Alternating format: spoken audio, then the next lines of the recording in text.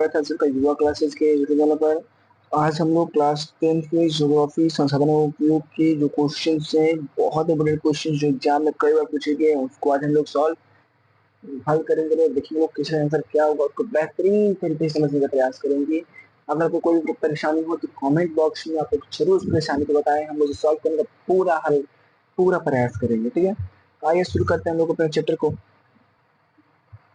देखिए, सबसे पहला क्वेश्चन क्या है, संसाधन क्यों परिभाषित करें। संसाधन का एग्जाम पूछे गए हैं।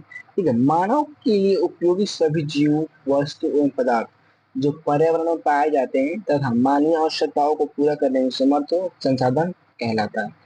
जैसे मानव संसाधन, खनिज तेल, वन खनिज पदार्थ इत्यादि, ये सब क्या है, संसाधन कहलाएंगे। ठीक है, नेक्स्ट क्वेश्चन है, अगला क्वेश्चन है, संभावित एवं संचित कोश संसाधन में क्या अंतर है, यह स्पष्ट करना। ठीक है, देखिए, ऐसे संसाधन जो किसी क्षेत्र विशेष में मौजूद होते हैं और जिन्हें उपयोग में लाए जाने की संभावना रहती है, पर जिनका उपयोग अभी तक नहीं किया गया है, संभावित है। ठीक है, जिन वैसे संसाधन के चांसेस है कि हाँ वे हो सकते हैं लेकिन अभी तक यूज में लाया नहीं गया, तो क्या कहलाएंगे, संभावना। संभावना होती है ना किसी चीज कि हाँ मैं टॉप कर सकता हूँ, ये संभावना है, अब कंफर्म है नहीं है, आप अपनी मेहनत पर डिपेंड करता है ना।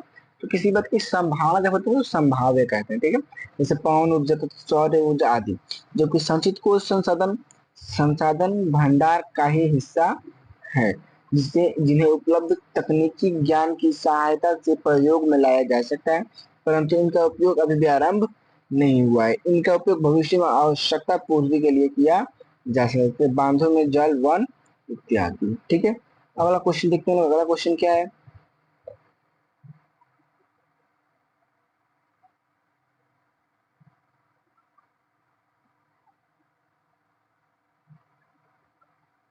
देखिए, अगला क्वेश्चन है कि संसाधन संरक्षण को उपयोगित कीजिए। संसाधन संरक्षण क्या है, जैसे कि वन संरक्षण, जल संरक्षण, संसाधन संरक्षण जो होता है संसाधन का बचाव। ठीक है, संरक्षण मतलब बचाव। देखो, संसाधन का नियोजित एवं विवेकपूर्ण उपयोग संरक्षण कहलाता है। संसाधन संरक्षण की उपयोगिता इस प्रकार है, पहला, इसके माध्यम से संसाधन को लंबे समय तक संचित रखा जा सकता है। दूसरा, संसाधन संरक्षण से ही अगली पीढ़ी लाभान्वित हो सकती है, भावी पीढ़ी किसी अन्य पर आश्रित नहीं रहेगी। और लास्ट है, संसाधन को अधिक संसाधन प्रदूषित होने से बचाया जा सके।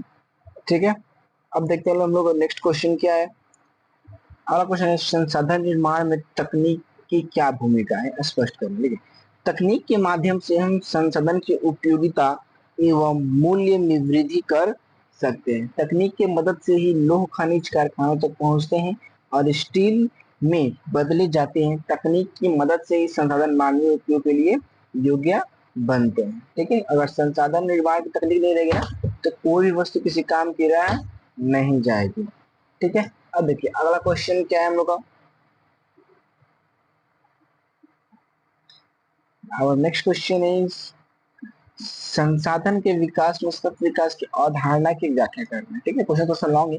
ठीक है, सतत विकास से हमारा अभिप्राय ऐसे विकास से है जो हमारी भावी पीढ़ियों को अपनी जरूरतें पूरी करने के लिए योग्यता को प्रभावित किए बिना वर्तमान समय की आवश्यकताओं को पूरी कर सके। ठीक है, संसाधन न केवल मानवीय विलासिता के साधन है बल्कि वे मनुष्य के जीवन के भी आधार है।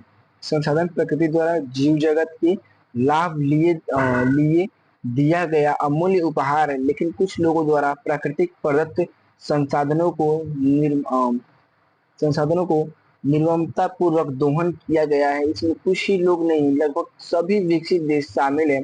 इन्होंने भरपूर जंगल काटे, खनिज निकाले और इनका उपयोग किया है। ठीक है, नतीजा नतीजा हुआ कि संपूर्ण पृथ्वी विषाक्त हो गई है। विषाक्त क्या हुआ, देखें, विषाक्त हो गई है ना। ओजोन परत की क्षमता कम हो गई है, जिससे हानिकारक सौर विकिरण पृथ्वी पहुंच रही है, जिससे पृथ्वी पर तापमान बढ़ रहा है। पहाड़ों और ध्रुव पर के बर्फ पिघल रहे हैं। परिमाणतः समुद्र जल स्तर में वृद्धि हो रही है। इस कारण उपयोगी भूमि की ओर समुद्र बढ़ता जा रहा है। यदि इसे रोका नहीं गया तो आशंका है कि समुद्र में जल की वृद्धि इतनी होगी कि पूरी पृथ्वी उसी में डूब जाएगी और सभ्यता का नामो निशान मिट जाएगा। पर अभी भी समय है। मानव अपने लालच को छोड़े, संसाधन को तीव्रतम दोहन बंद करे, भूमंडलीय तापन, ओजोन परत का क्षय, मृदा के क्षरण को रोकने का प्रयास हो, ताकि भूमि विस्थापन ताकि देखिए ताकि भूमि विस्थापन, अम्लीय वर्षा, असमय ऋतु परिवर्तन जैसे पारिस्थितिक संगठन से विश्व को बचाया जा सके। इन्हीं सब बातों की अवधारणा को सतत विकास की अवधारणा कहते हैं। विकास लक्ष्यों को विकास नीतियों में शामिल करने के लिए हम अनेक मोर्चों पर कार्य कर रहे हैं, ताकि पर्यावरण और हमारी पृथ्वी के अनुकूल एक बेहतर जीवन जीने की हमारी देवाशियों की वैध इच्छाओं को पूरी किया जा सके। ठीक है, स्वामित्व कथा पर संसाधनों के विविध स्वरूपों का वर्णन करना है। ठीक है, तो देखें बोले स्वामित्व के आधार पर संसाधनों के मुख्य रूप से 4 प्रकार होते हैं। कितने प्रकार? 4 प्रकार होते हैं। देखिए, व्यक्तिगत संसाधन क्या है? वैसे संसाधन व्यक्तिगत संसाधन कहलाते हैं जिनको स्वामित्व निजी व्यक्ति के पास होता है। उदाहरण जैसे किसान की जमीन, घर आदि। व्यक्तिगत संसाधन क्या होता है ना, कि कोई भी वस्तु है, क्या कोई भी प्रोडक्ट है, इस पर मेरा पर्सनल अधिकार हो, इस पर सरकार का कोई अधिकार ना हो, आपको कोई अधिकार ना हो, तो क्या कहलाएगा? मेरा व्यक्तिगत। मान लीजिए मेरे पास कोई पेन है, या मेरे पास फोन है, मेरे पास एक घर है, ये सब क्या है? ये मेरा अपना है, इस पर आपका कोई अधिकार नहीं है, इस पर सरकार का कोई अधिकार नहीं है ना। ठीक है, कहलाएगा व्यक्तिगत संसाधन कहलाएगा। ठीक है, दूसरा है कि सामुदायिक संसाधन। कौन? सामुदायिक संसाधन। वैसा संसाधन सामुदायिक संसाधन कहलाते हैं जिनको स्वामित्व समुदाय या समाज के पास होता है, जैसे चारागाह, तालाब, पार्क, शमशान, कब्रिस्तान इत्यादि। ठीक है, क्योंकि अब ये क्या होता है ना, सामुदायिक संसाधन। सामुदायिक संसाधन को कहते हैं ना कि वो संसाधन होते हैं ना, जैसे कोई मंदिर मस्जिद हो गया, ठीक है, कोई मंदिर हो गया, कोई मस्जिद हो गया आपका, ठीक है, कोई गुरुद्वारा हो गया, ये कब्रिस्तान हो गया, शमशान हो गया। इस पर कुछ एक प्रकार नहीं होता है, इस पर पूरे गांव के लोगों का होता है, पूरे शहर के लोगों का होता है, पूरे समाज के लोगों का होता है। ठीक है, तो उसे क्या बोलेंगे? सामुदायिक संसाधन। नेक्स्ट है राष्ट्रीय संसाधन। क्या होता है? देखिए, राष्ट्रीय संसाधन समझे ना, राष्ट्रीय संसाधन का ऐसा है वैश्विक संसाधन। ठीक है, तो बोलेंगे वैसे संसाधन राष्ट्रीय संसाधन कहलाते हैं जिनका स्वामित्व राष्ट्र के पास होता है। उदाहरण के लिए सरकारी जमीन, सड़क, नहर, रेल। जैसे मान लीजिए संसाधन, इसलिए आप लोगों का घर है गया, क्या आ गया? आप लोग घर, ठीक है, आप लोग घर हो गया। हो सकता है ना कि आप लोग घरों के पास से एक सड़क निकली हो। क्या निकली हो? एक सड़क निकली हो। तो आपको घर तो आपका है, लेकिन जिस पर चलेंगे ना, जिस पर आप चल रहे हैं, है? चल रहे हैं, ये किसका है? सड़क सरकार का है। किसका है? सरकार का है। ठीक है, मान लीजिए कोई रेल की पटरी हो गई, क्या कोई रेल की पटरी हो गई, इस पर ट्रेन चल रही है, ट्रेन पे बैठने का पैसा आपने दिया है, टिकट का पैसा दिया है, लेकिन उस ट्रेन जिस पर चल रही है उस पर अधिकार किसका है? सरकार का है। तो इसे क्या बोलेंगे? राष्ट्रीय संसाधन। ठीक है, अब देखिए नेक्स्ट है अंतरराष्ट्रीय संसाधन। क्या?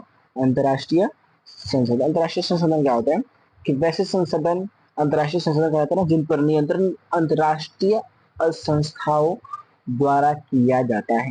इसे समझने के लिए समुद्री क्षेत्र के उदाहरण लेते हैं। किसी भी देश की तट रेखा से 200 किलोमीटर तक समुद्री क्षेत्र पर इस देश का नियंत्रण होता है। तो उसके आगे की समुद्री क्षेत्र अंतरराष्ट्रीय संस्थान की श्रेणी वैसे मान लीजिए ना, क्या आप आपको कुछ समझा रहा हूँ। ठीक है, ये आप लोग का भारत का जो निचली हिस्से का बॉर्डर है, एक मिनट, ये भारत होगा ना, भारत के इस क्षेत्र से यहाँ तक मान लीजिए कितना ये है? 200 किलोमीटर। कितना है?